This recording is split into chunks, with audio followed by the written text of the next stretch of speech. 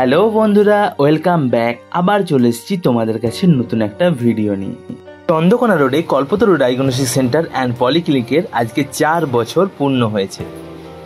1 জুলাই এই কল্পতরু diagnostic centre 2021 সালে উদ্বোধন হয়েছিল, আর আজ 1 জুলাই 2025 অর্থাৎ 4 বছর শেষ করে 5 বছরে পা দিয়ে দিয়েছে।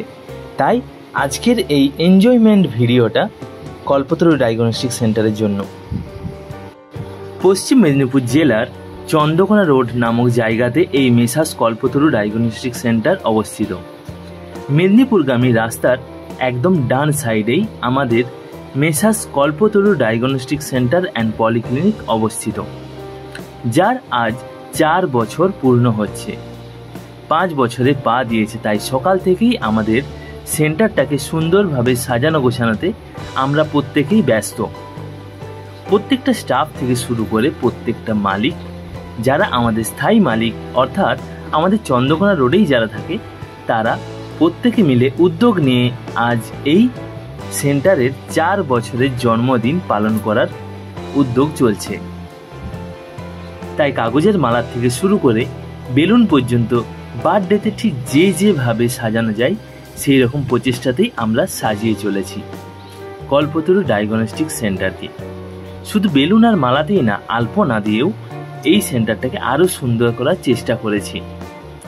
সঙ্গে আমাদের সেন্টারের উন্নতির অর্থে আমরা এক পুজোর ব্যবস্থাও করেছি এই চন্দ্রকোনা রোড কল্পতরু ডায়াগনস্টিক সেন্টারে। সাজানো প্রায় কমপ্লিট, তাই চলো একবার দেখে নিই কিভাবে এই সেন্টারটাকে সাজানো হয়েছে। দেখতে পাচ্ছ দুপাশে সুন্দর বেলুন দিয়ে কাউন্টার থেকে শুরু করে একদম ইউএসজি, এক্স-রে আর প্যাথোলজি রুমের চারিপাশেও খুব সুন্দরভাবে সাজানো হয়েছে। বেলুনের উপর বেলুন দিয়ে এই আমাদের 4 বছরের সেন্টারটাকে আমরা সুন্দরভাবে সাজিয়ে রেখেছি।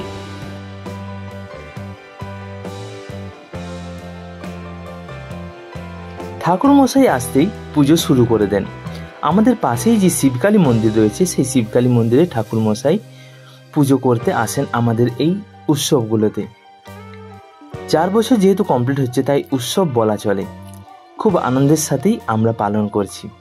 প্রত্যেকেই একটা সেন্টারের উন্নতি কল্পে আমরা একটা পুজো রেখেছিলাম, তাই সেই পুজোই মনোযোগ সহকারে চলছে। চারিদিকে ধূপ ধুনোর সাথে বেশ গমগম করছে আজকে সেন্টারটা।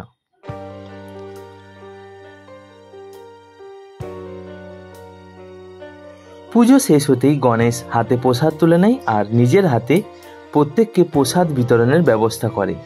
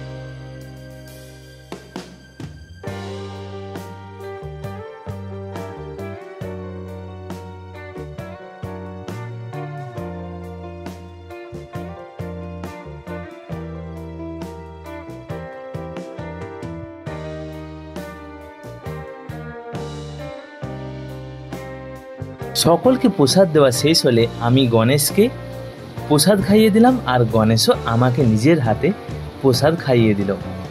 তারপর চলো আমরা এবার জন্মদিনের যে কেকটা অর্ডার দিয়েছি সেই কেকটা আনতে যাব। আমি, গণেশ আর সুমন 3 জনে চলে গিয়েছিলাম মিয়া আমরতে কেক আনতে। এই হলো সেই কল্পতরুর 4র্থ বার্থডের কেক। এই এত সুন্দর এগলেস চকলেট কেকটা আমাদের কল্পতরুর 4 বছরের জন্মদিন উপলক্ষে। চলো এই কেকটাই প্যাক করিয়ে নিই আর চলে যাই আমাদের সেন্টারে। কেক প্যাক হয়ে গেছে, আমরা বেরিয়ে পড়েছি মিয়ামরের থেকে আমাদের সেন্টারের রাস্তার দিকে। তারপর গিয়ে আমাদের কেক কাটা আছে, আবার মধ্যাহ্ন ভোজন আছে। আমরা 3 জনেই বেরিয়ে পড়েছি একটা বাইকে, সঙ্গে রয়েছে আমাদের কেক। সুমনের হাতে কেক আছে, এই হলো সেই তার প্রমাণ। চলো সেন্টারে ঢুকে পড়ি।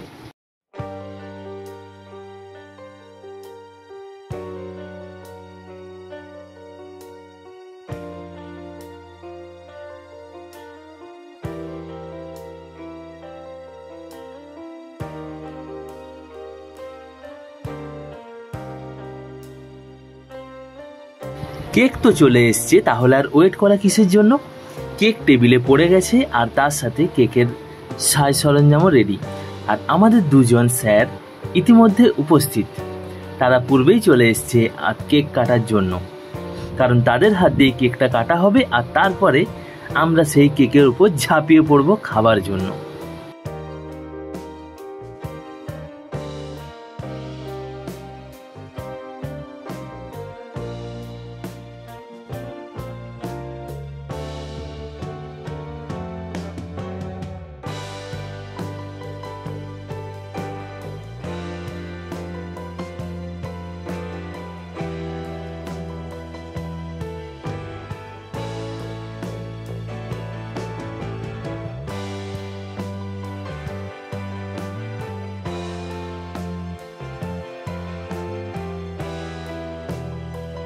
কেক কাটা তো হয়ে গেল, তবে এই স্মৃতিটাকে ধরে রাখার জন্য একটা তো সেলফি দরকারই আছে। 2-3টে হলেও অসুবিধা কিছু নেই, তাই ইটস সেলফি টাইম।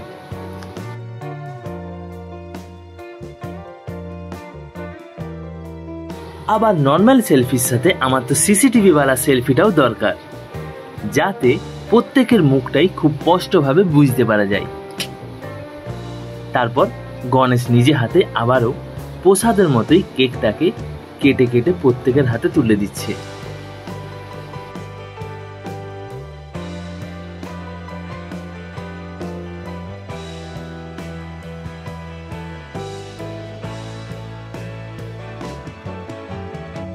কেক খাওয়া, কেক মাখানো আর কেক কাটা সবই প্রায় কমপ্লিট। একে একে প্রত্যেকের মুখেই কেক পৌঁছে গেছে, কিন্তু পেটের মধ্যে খাবারের জন্য ছুঁচোয় ডন টানছে। তাই এখান থেকে সোজা চলে যাব আমরা খাবারের জায়গাতে।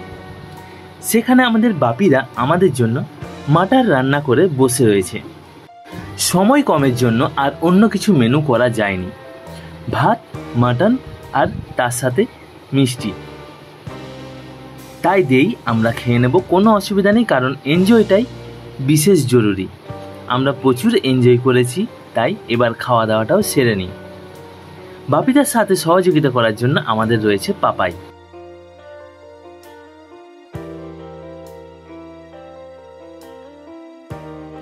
আমরাও একে একে খাবারের জায়গাতে চলে এলাম, আর গণেশ, আমি, বাকি মেয়েগুলোও চলে এসছে আমাদের সাথে খাবার জন্য।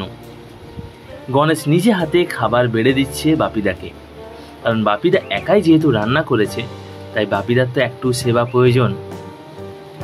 তার সাথে আমরাও এক এক করে খেতে বসে পড়েছি। পাপাই এদিকে সবাইকে খাবার পরিবেশন করছে, আর আমি সঙ্গে রয়েছি cameraman Sujoy. Mister and missus মণ্ডলে আপনাদেরকে জানাই স্বাগতম। যারা চ্যানেলে নতুন তারা অবশ্যই চ্যানেলটিকে সাবস্ক্রাইব করো, আর এই ভিডিওটা কেমন হয়েছে তা অবশ্যই কমেন্ট করে জানিও, কারণ এই রকম সুন্দর সুন্দর ভিডিও পেতে গেলে তো আপনাদেরকে আমার সাথে যোগ করতেই হবে, তবেই দেখতে পাবে পরবর্তী ভিডিওগুলো, না হলে কিন্তু মিস করে যাবে। চলো একে একে খাওয়া দাওয়াটা আমরাও সেরে নিই, তারপর আবার বাড়ি ফিরে যেতে হবে, কারণ আমার বাড়ি তো বিষ্ণুপুরে। গণেশ কিন্তু সবাইকে পরিবেশন করতে করতে নিজেও 1-2 পিস করে কিন্তু মাংস খাচ্ছে আর আঙুল চাটতে থাকছে, কারণ রান্নাটা খুব সুন্দর হয়েছে।